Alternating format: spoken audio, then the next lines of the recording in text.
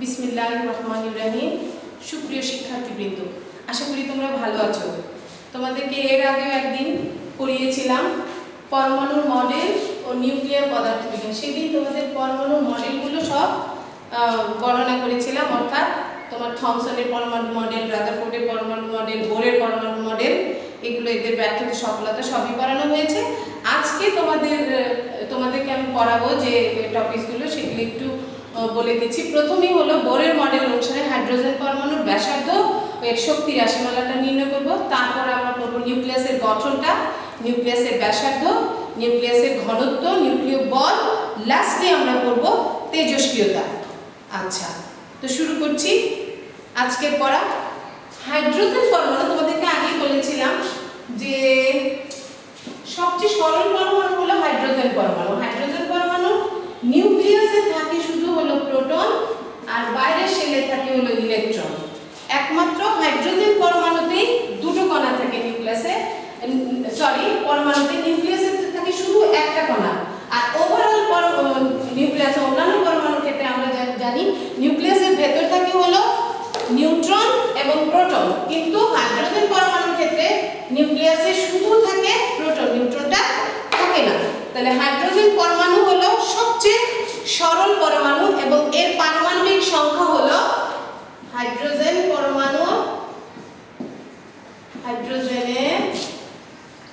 পারমাণবিক সংখ্যা হলো 1। হাইড্রোজেনের পারমাণবিক সংখ্যা 1।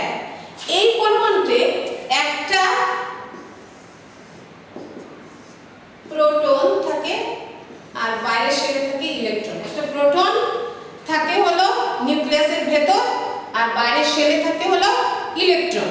তাহলে এই ইলেকট্রনের ভর হলো m। যেহেতু আমরা শক্তি রাশি প্রথমে বের করব হাইড্রোজেন পরমাণুর ব্যাসার্ধ, তারপরে শক্তি রাশিমালা বের করব। তাহলে ধরি যে মনে করি ইলেকট্রনটা r ব্যাসার্ধে একটা বৃত্তাকার পথে সে কি করছে, মুভ করছে, এবং তার বেগ হলো এখানে v। তাহলে ইলেকট্রনের উপর প্রযুক্ত কেন্দ্রমুখী বলটা কি হয় সেটা আমরা একটু লিখছি, তোমরা লিখে নাও। ইলেকট্রনের উপর প্রযুক্ত কেন্দ্রমুখী বল Fc সমান হচ্ছে হলো mv²/r। এটা ইকুয়েশন নাম্বার দিলাম 1। আবার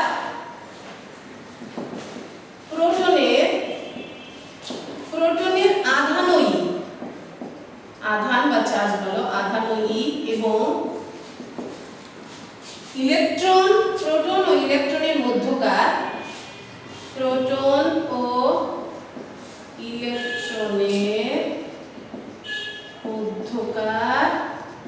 স্থির তড়িৎ আকর্ষণ বল বা স্থির তড়িৎ বল।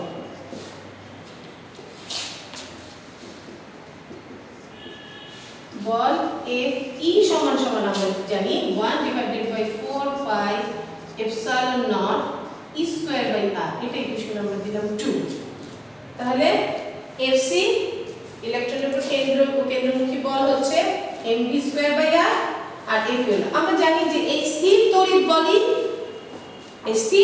বলই কেন্দ্রমুখী বল সরবরাহ করে। তাহলে যদি কেন্দ্রমুখী বল সরবরাহ করে তাহলে আমরা লিখতে পারি 1 এবং 2 থেকে আমরা পাচ্ছি Fc AF। তাহলে Fc এর মান কত ছিল, mv²/r = 1/4 pi epsilon not e²/r²। এখন এটাকে আমরা ইকুয়েটিং করব। ইকুয়েটিং করার পর দেখো আমরা পাচ্ছি v² = 1/4 pi epsilon not e²/mr, বা v = 1/e/4 pi epsilon not √mr। এটা ইকুয়েশন নাম্বার দিলাম আমরা 3। এখন যদি আমরা বলি যে n তম কক্ষপথে ইলেকট্রনকে বিবেচনা করি, তাহলে এটাকে আমরা v দ্বারা ডিনোট করতে পারি। তাহলে n তম কক্ষপথে ইলেকট্রন বিবেচনা করি, বিবেচনা করলে 3 নংকে লেখা যায়, 3 নংকে লেখা যায়, 3 নং সমীকরণটা দাঁড়ায় লেখা যায় Vn equal to P divided by root over 4 pi epsilon naught m r n। এটা ইকুয়েশন নাম্বার 4। এখানে Vn হলো n তম কক্ষপথে ইলেকট্রনের বেগ, আর এই Rn হলো n তম কক্ষপথে ইলেকট্রনের ব্যাসার্ধ। এই গেল আমার ইকুয়েশনটা পেলাম। লাস্টলি Vn সমান সমান কি সেটা আমি লিখে দিচ্ছি।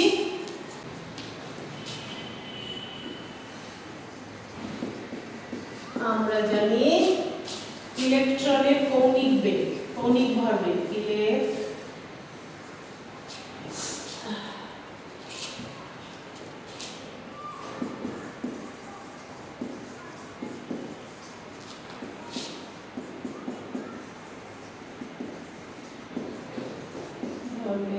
n সমান সমান mvr সমান সমান আমরা পেয়েছিলাম হলো বোর্ডে প্রথম শিক্ষার অনুযায়ী আমরা পেয়েছিলাম স্থায়ী কক্ষের শর্ত অনুযায়ী আমরা পেয়েছিলাম বোরের প্রথম স্বীকার্য হতে আমরা জানি বা আমরা পাই L সমান সমান হলো L into H by twice of তোমরা জানো H হলো প্ল্যাঙ্ক কনস্ট্যান্ট। সুতরাং m Vn Rn সমান সমান হলো n H by twice of pi। 4 নং থেকে আমি যে ইকুয়েশনটা লিখেছিলাম 4 নং থেকে Vn এর মানটা এখন এখানে যদি বসিয়ে দেই তাহলে আমরা কি পাচ্ছি দেখো। 4 নং থেকে Vn এর মান বসিয়ে পাই, 4 নং থেকে Vn এর মান বসিয়ে পাই। উপরে লিখে দিচ্ছি, তোমরা একটু মানটা ওখানে লিখে নাও। 4 নং থেকে Vn এর মান বসিয়ে পাই me root over 4 pi epsilon naught m r n into এখানে Rn equal to n h by twice of pi। এখন এটা তোমরা ইকুয়েটিং করো, এটাকে ইকুয়েটিং করে আমরা এখানে লাস্টলি কার ব্যাসার্ধ নিয়ে আসবো, আমরা Rn এর মানটা বের করব। তাহলে me সমান সমান আমরা পেলাম হলো me equal to me divided by 4 pi epsilon naught m Rn into Rn equal to nh by 2 pi। এখন এটাকে যদি আমরা রুট করে দেই তাহলে হচ্ছে m স্কয়ার বর্গ করলে তাহলে 4 pi epsilon naught m Rn into Rn square equal to n square h square by 4 pi square।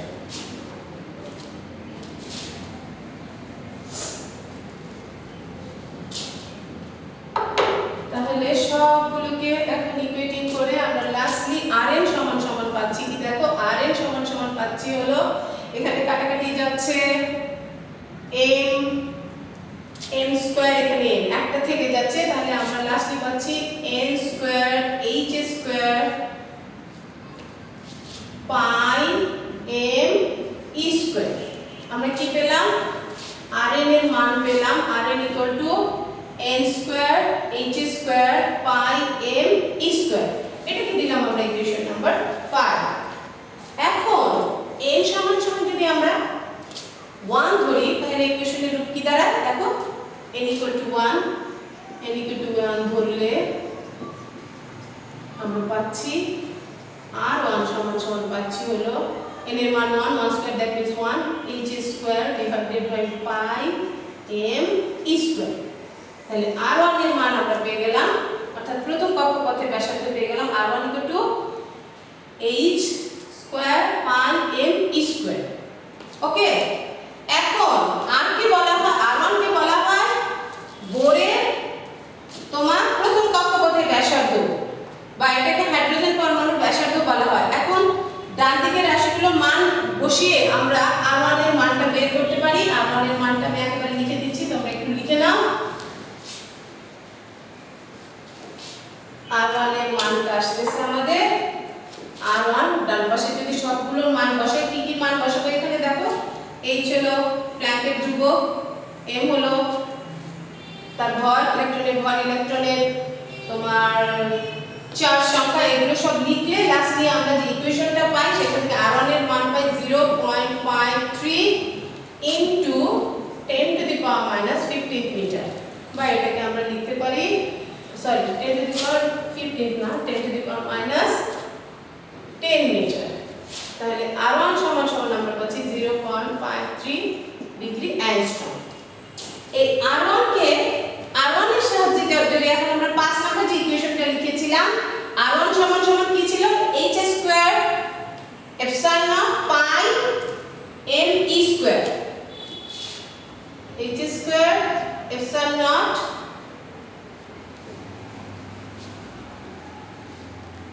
R1 সমান সমান আমরা পেয়েছি কি h square epsilon naught pi m e square. Okay, এই R1 এর সাহায্যে এখন যদি আমি এই মানটাকে তোমার 5 নম্বর ইকুয়েশনে বসিয়ে দিই, অর্থাৎ Rn এর জায়গায় যদি বসিয়ে দেই, তাহলে আমরা পাচ্ছি Rn সমান সমান হলো n স্কয়ার ইনটু R1। এটাকে আমরা ইকুয়েশন নাম্বার দিলাম 7। অনুরূপভাবে আমরা লিখতে পারি, যদি এখানে হয় R2 সমান সমান, তাহলে ডাবল হয়ে যাবে 2 square, that means 4 R1, R3 সমান সমান হবে 3 3 কত হয় 9 R1। তাহলে Rn সমান সমান আমরা লিখতে পাচ্ছি হলো n square into R1, that means এখন n এর মান যদি 1 ধরি তাহলে এটা হচ্ছে 1 স্কয়ার, যদি 1 into 1 square into R1, n এর মান যদি 2 ধরি তাহলে হচ্ছে 4, n এর মান যদি 3 ধরি তাহলে হচ্ছে 9, এভাবে বাড়তে থাকবে। সুতরাং দেখা যায় যে হাইড্রোজেন পরমাণুতে ইলেকট্রনের কক্ষপথগুলো কি অনুমোদিত। এই গেল তোমার হাইড্রোজেনের, এটা তোমাদের একটু অঙ্কের ক্ষেত্রে লাগবে ইকুয়েশনটা তোমরা মনে রাখবে, এটা খুব ইম্পর্টেন্ট একটা ইকুয়েশন, যদিও তোমাদের এগুলো ডিডাকশন গুলো করতে হয় না। তাহলে দেখা যাচ্ছে যে, সুতরাং দেখা যায় যে হাইড্রোজেন পরমাণুতে ইলেকট্রনের কক্ষপথের সংখ্যা হলো, কক্ষপথগুলো হলো অনুমোদিত। এখন আমরা ইলেকট্রনের শক্তি নির্ণয় করব, ইলেকট্রনের শক্তিটা নির্ণয় করব। ব্যাসার্ধ নির্ণয় করলাম, এখন ইলেকট্রনের শক্তি নির্ণয় করব, শক্তি এনার্জি নির্ণয় করব। তাহলে ইলেকট্রনের শক্তি En সমান সমান আমরা জানি হলো Ek plus Ep। Ek means তোমরা জানি E হলো, K means ইলেকট্রনের গতি শক্তি, Ek হলো ইলেকট্রনের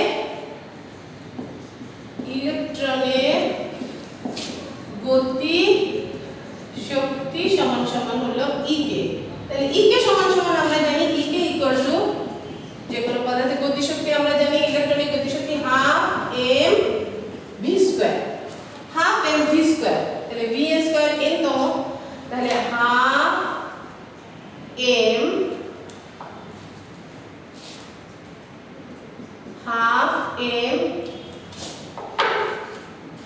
into 1 divided by 4 pi epsilon naught e square m r m v, আমরা এখানে v স্কয়ার এর মানটা বসিয়ে দিলাম, 1 divided by 4 pi epsilon naught e square by m into r, that means E কে সমান সমান আমরা পাচ্ছি হলো half of e square, m কাটা চলে গেল, 4 pi epsilon naught e square 4 pi epsilon naught m তো কাটাই চলে গেল, নেবেন r। এটা পেলাম আমরা হলো ইলেকট্রনের গতিশক্তি। E কে সমান সমান কি পেয়েছি, half of e square divided by 4 pi epsilon naught into r, এটা কি ইকুয়েশন নাম্বার দাও 2। এটা যদি 1 হয় তাহলে মোট শক্তি হলো kinetic energy plus potential energy. এখন আমরা ইলেকট্রনের পটেনশিয়াল এনার্জিটা বের করব। পটেনশিয়াল এনার্জিটা কিভাবে বের করব এটা আমি মুছে দিচ্ছি, তোমরা একটু দেখে নাও। পটেনশিয়াল এনার্জিটা বের করছি এখন, একটু লিখো। E কে সমান সমান half of E square 4 pi epsilon not RL।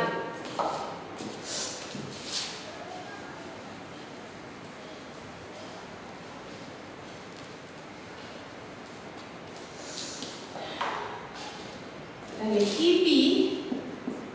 EP সমান সমান আমরা পাই হলো ইলেকট্রনের আধান ইনটু বিভব।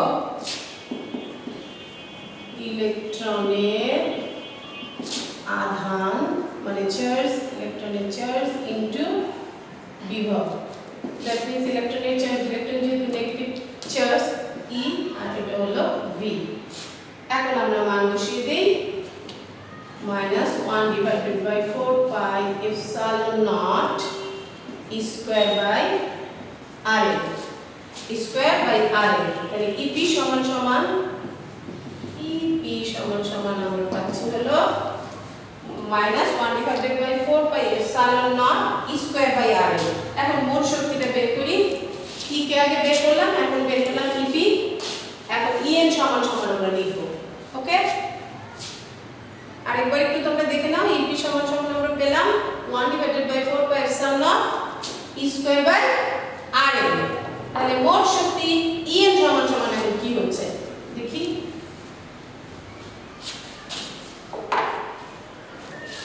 তাহলে En সমান সমান আমরা পেয়েছিলাম, E কে পেয়েছিলাম হলো minus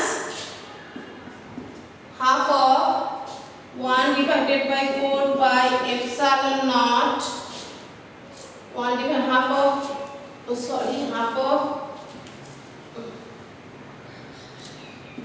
half E square divided by হলো 4 pi epsilon naught RN minus হলো 1 divided by 4 pi epsilon naught E square by হলো RN।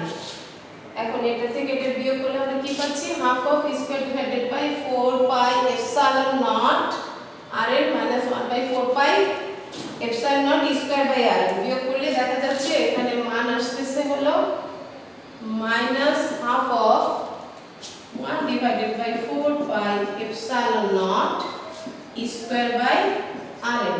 এটা ইকুয়েশন নাম্বার দিলাম 3। তাহলে কি পাচ্ছি আমরা? En সমান সমান আমাদের লাস্টে আছে। এখন যদি আমি এটাকে ইকুয়েট করি তাহলে দেখতে পাচ্ছি minus m স্কয়ার মাইনাস, এখন En সমান সমান আমরা পেলাম কি minus 1 divided by 4 pi minus half of 1 divided by 4 pi epsilon naught E square by RN। এখন এখানে আমরা RN এর মানটা বসিয়ে দিব, তাহলে আমরা En এর মানটা পেয়ে যাব। RN এর মানটা কি ছিল আমাদের? RN সমান সমান আমরা আগের ইকুয়েশনে পেয়েছিলাম RN সমান সমান হলো n square h square epsilon naught divided by হলো m pi m E square. এটা হলো RN এর মান। আগে আমরা যে ব্যাসার্ধ নির্ণয় করেছিলাম, এখন এই RN এর মানটা এখানটায় পুট করব। ইকুয়েশনে পুট করলে কি পাওয়া যাচ্ছে দেখো, En সমান সমান তাহলে আমরা পাবো En equal to minus half of 1 divided by 4 pi epsilon naught E square m pi E square divided by হলো n square h square epsilon naught। That means এখন এটাকে যদি পাই পাই সব কেটে কুটে আমাদের লাস্টলি আসতেছে En সমান সমান minus m e to the power 4, এই যে E square R E square e to the power 4 m পাই পাই চলে গেল, এই পাই চলে গেল, m e to the power 4 8 pi square epsilon naught square, epsilon naught square। তাহলে en এর মান আমরা পাচ্ছি হলো -n(e⁴ 8 pi square h square epsilon naught square। এগুলো তোমাদের অঙ্ক করার সময় কাজে লাগবে, কাজে এগুলো একটু তোমাদের মাথায় রাখতে হবে। এটা ইকুয়েশন নাম্বার দিলাম হলো 4, এটা দিলাম 5। আচ্ছা, এখন n সমান সমান 1 2 3 4 এভাবে যদি আমরা বসিয়ে যাই তাহলে ইলেকট্রনের বিভিন্ন কক্ষপথের জন্য ইলেকট্রনের শক্তি আমরা পেয়ে যাব।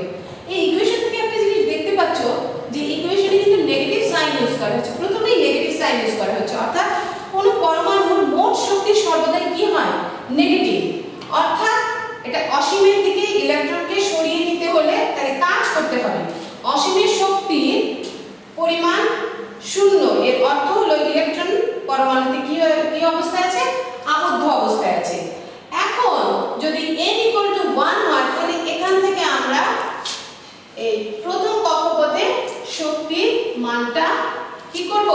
পেয়ে যাব। প্রথম কক্ষপথে শক্তির মান পেয়ে যাব। তাহলে আমি দেখি ডান পাশে কি কি আছে, এখন মানগুলো বসিয়ে দেই।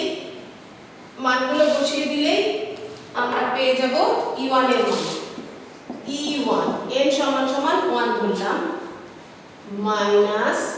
-n, ইলেকট্রনের ভর 3.1 × 10⁻31 kg ইনটু হলো ছিল e⁴। that means electronic charge 1.6 × 10⁻19 coulomb ⁴ divided by হচ্ছে আমাদের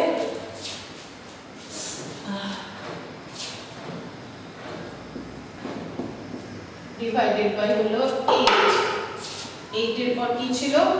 আমাদের ছিল পাই স্কয়ারের মান h square epsilon naught square, pi বোধ হয় পাই চলে গিয়েছিল।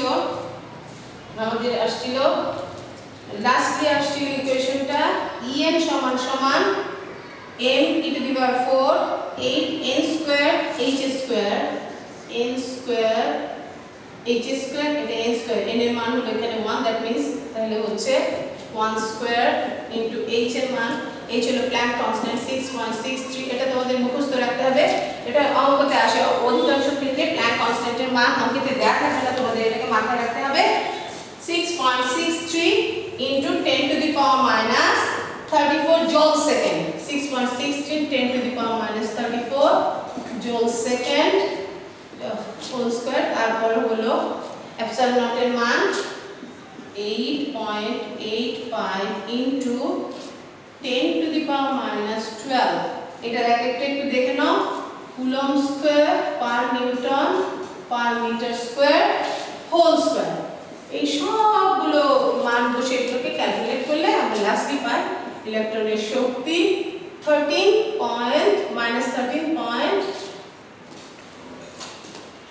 ইলেকট্রনের শক্তি অর্থাৎ E1 হলো তোমার হাইড্রোজেন পরমাণু ভূমি অবস্থায় শক্তি।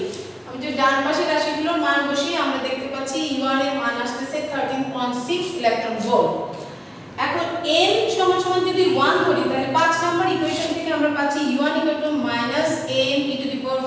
8h square epsilon। That means En সমান সমান হলো 1/n স্কয়ার E1।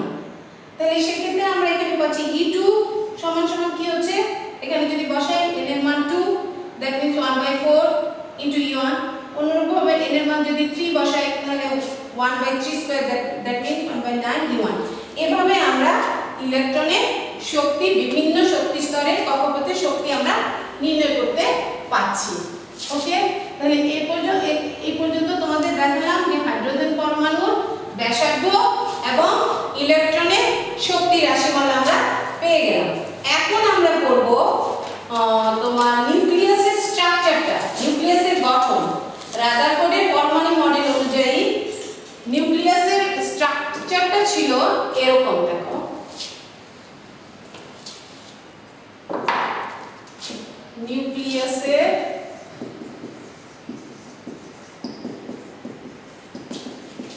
নিউক্লিয়াসের গঠন, স্ট্রাকচার অফ নিউক্লিয়াস। বিজ্ঞানী রাদারফোর্ডের পরমাণু মডেল অনুযায়ী নিউক্লিয়াসের স্ট্রাকচারটা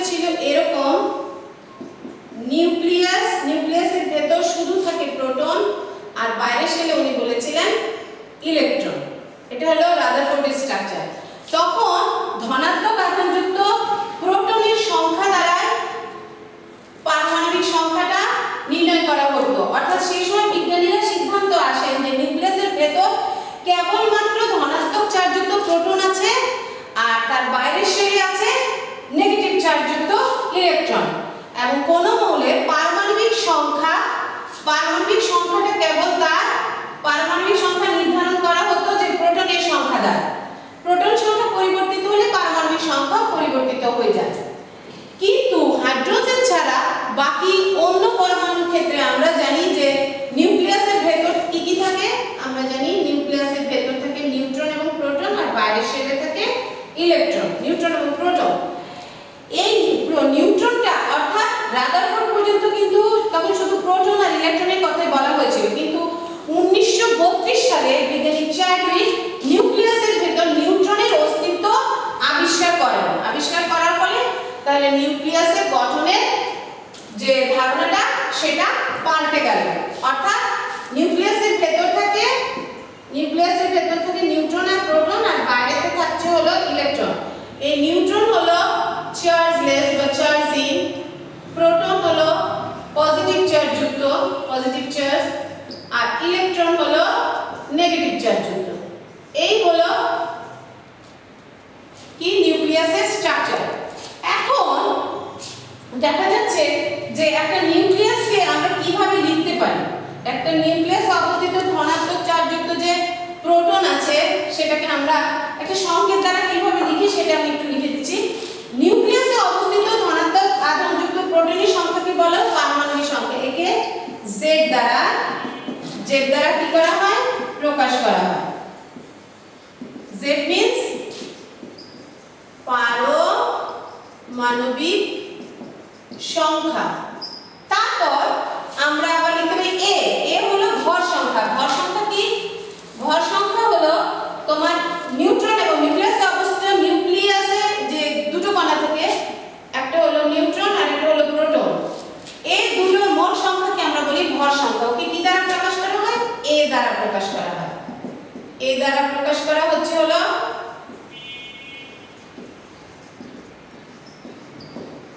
ভর সংখ্যা। ভর সংখ্যা মানে নিউক্লিয়াসের ভেতর যে প্রোটন এবং নিউট্রনের মোট সংখ্যাকে বলা হয় ভর সংখ্যা। একে এ দ্বারা প্রকাশ করা হয়। তাহলে এ থেকে যদি এখন z বাদ দেই, a বিয়োগ z, এ থেকে z বাদ দিলে যেটা পাবো সেটাই হলো নিউট্রন সংখ্যা। এখন নিউক্লিয়াসের সংকেতটাকে আমরা কিভাবে লিখি সেটা একটু দেখে নাও। তাহলে এখান থেকে আমরা দেখলাম যে পারমাণবিক সংখ্যাকে z দ্বারা প্রকাশ করা হচ্ছে, আর পারমাণবিক ভরকে মাসকে প্রকাশ করা হচ্ছে এ দ্বারা। আর এ থেকে যদি z বাদ দিই যেটা পাচ্ছি সেটা হলো নিউট্রন সংখ্যা। এখন একটা নিউক্লিয়াসের সংকেত কি আমরা কিভাবে একটা নিউক্লিয়াসের সংকেত আঁকতে পারি। দেখো নিউক্লিয়াসের সংকেতটা হলো সাধারণত কোনো মৌলিক পদার্থের নিউক্লিয়াসকে আমরা এভাবে প্রকাশ করি, x, এখানে z, এখানে a। এখন এটা আমরা কিভাবে বুঝবো? এখানে z হলো পারমাণবিক সংখ্যা, a হলো ভর সংখ্যা, আর হলো নিউক্লিয়াসের মানে কোন পদার্থের এটা। এখন ধরো আমি যদি x হলো তোমার মৌলিক পদার্থের রাসায়নিক সংকেত, এটা হলো মৌলিক পদার্থের রাসায়নিক সংকেত। আচ্ছা, আর z হলো পারমাণবিক সংখ্যা, আর a হলো ভর সংখ্যা। তাহলে এখন আমরা যদি এরকম একটা লেখা লিখি, ধরো c, এখানে দিলাম 6, এখানে দিলাম 12, এটা দ্বারা আমরা কি বুঝি? এটা দ্বারা আমরা বুঝি যে যদি এভাবে লেখা হয় তাহলে বুঝবো যে রাসায়নিক সংকেত c দ্বারা আমরা বুঝি এটা হলো একটা কার্বন। এই c নিচের যে তোমার কি বলে পাদাঙ্কটা আছে সেখানে আমরা দেখছি 6 মিন্স অর্থাৎ এর পারমাণবিক সংখ্যা z হলো কত? z এর মান হচ্ছে 6, আর ভর সংখ্যা কত? ভর সংখ্যার মান হচ্ছে 12, এবং ভর সংখ্যাকে আমরা a দ্বারা প্রকাশ করি। তাহলে আমরা এই যে 12 দ্বারা বুঝি তার কার্বনের ভর সংখ্যা হলো কত? 12, আর কার্বনের পারমাণবিক সংখ্যা কত? z এর মান হলো 6। এখন আবার আমরা বলেছিলাম যে a থেকে z যদি মাইনাস করি, a বিয়োগ z সমান সমান নিউট্রন সংখ্যা, তাহলে a এর মান কত দেওয়া আছে? 12, আর c এর z এর মান কত? 6, তাহলে 6। তাহলে এখানে কার্বনের নিউট্রন 6। এই গেল তোমাদের নিউক্লিয়াসের গঠন। এখন আমি দেখাবো হলো নিউক্লিয়াসের কিভাবে ব্যাসার্ধ নির্ণয় করি। মুছে দেই, তোমরা একটু সংকেতটা লিখে নাও। নিউক্লিয়াসের যে সংকেতটাকে আমরা এইভাবে লিখে করি x z a। z হলো পারমাণবিক সংখ্যা, a হলো ভর সংখ্যা, আর x দ্বারা বোঝায় মৌলিক পদার্থের রাসায়নিক সংকেত।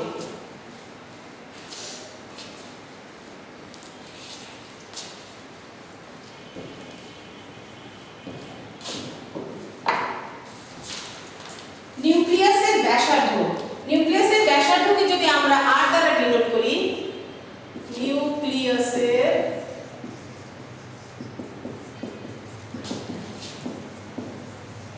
ব্যাসার্ধ, নিউক্লিয়াসের ব্যাসার্ধ r সমান আমরা পাই r not a to the power 1/3। এটা অঙ্কের ক্ষেত্রে লাগে, তোমরা একটু লিখে নাও। r নট হলো একটা ধ্রুব সংখ্যা নিউক্লিয়াসের, r হলো তার ব্যাসার্ধ।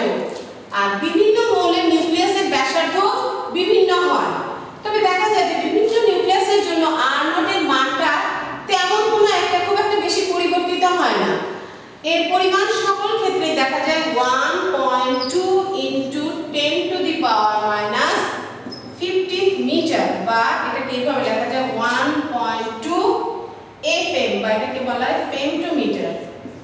ফেমটোমিটার কত থেকে 1.2 into 10 to the power -15 metre, অথবা 1.2 ফেমটোমিটার থেকে লাস্টলি হয় 1.5 into 10 to the power -15 meter বা 1.5 femtometer।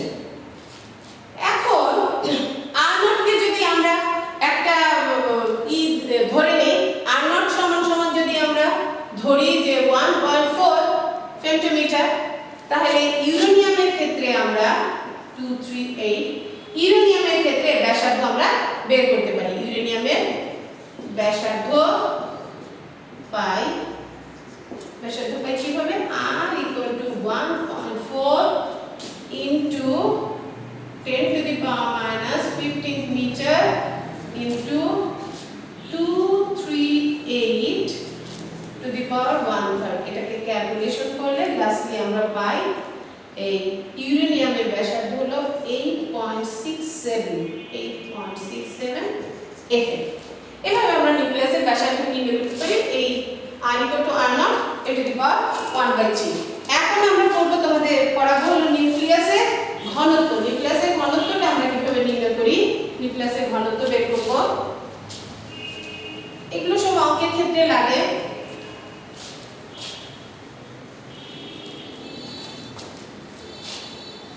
ঘনত্ব বলতে আমরা জানি যে ভরকে তার আয়তন দ্বারা ভাগ করলে আমরা ঘনত্ব পেয়ে যাই। তো নিউক্লিয়াসের ঘনত্বকে যদি আমরা রো দ্বারা ডিনোট করি, নিউক্লিয়াসের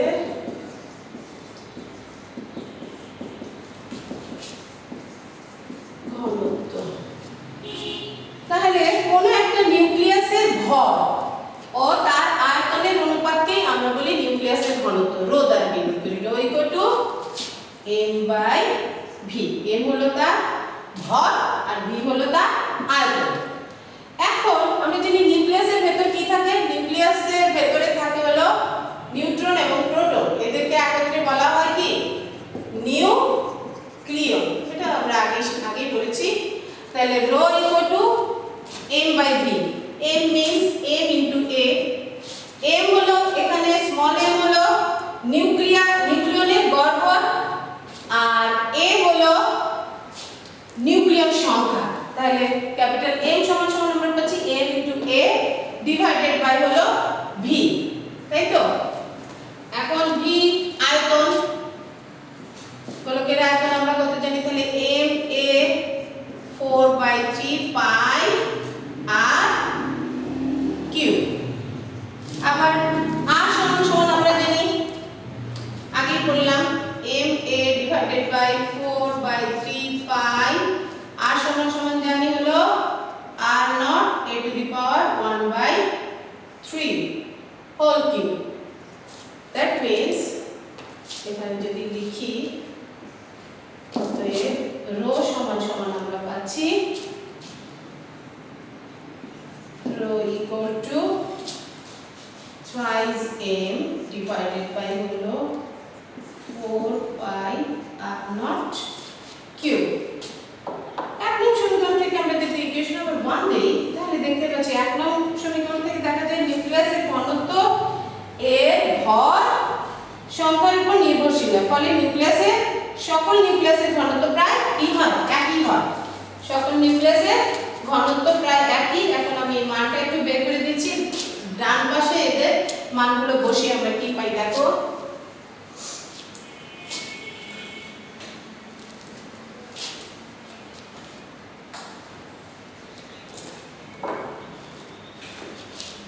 m সমান সমান হলো 1.67 into 10 to the power minus 27 kg।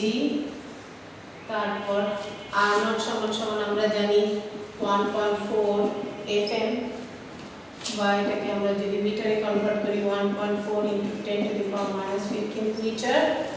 তাহলে এক নঙে যদি মানটা বসাই, এক নঙে মান বসিয়ে পাই কি পাই, রো সমান সমান আমাদের আসছে 3 into 1.67 into 10 to the power minus 27 kg divided by হলো 4 into pi into 1.4 into 10 to the power minus 15 metre whole cube. সব কিছু ক্যালকুলেশন করে রো এর মান আমরা লাস্টে পেয়ে যাচ্ছি 1.45 into 10 to the power 7 kg per meter cube। এটা হলো নিউক্লিয়াসের ঘনত্ব। তাহলে আমরা কি কি বললাম, তোমার হাইড্রোজেন পরমাণুর ব্যাসার্ধ বের করলাম, এর শক্তি রাশিমালা বের করলাম, নিউক্লিয়াসের গঠন করলাম, নিউক্লিয়াসের ব্যাসার্ধ করলাম, নিউক্লিয়াসের ঘনত্ব করলাম। এখন আমরা নিউক্লিয় বল বা নিউক্লিয়ার ফোর্সটা কি সেটা একটু দেখে দিব। নিউক্লিয়ার ফোর্স,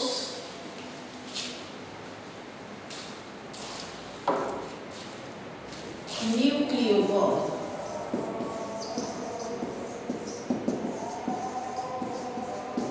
নিউক্লিয় বল বা নিউক্লিয়ার ফোর্স বলতে আমরা কি বুঝি? আমরা জানি হাইড্রোজেন নিউক্লিয়াসের মধ্যে কি থাকে, নিউক্লিয়াসের মধ্যে থাকে একটা প্রোটন আর বাইরের শেলে থাকে ইলেকট্রন। বাদ বাকি অন্যান্য হাইড্রোজেন নিউক্লিয়াসের মধ্যে মাত্র দুটো কণা থাকে, কি থাকে, প্রোটন আর বাইরে থাকে, নিউক্লিয়াসের ভেতর থেকে প্রোটন আর বাইরের শেলে থাকে হলো ইলেকট্রন। এছাড়া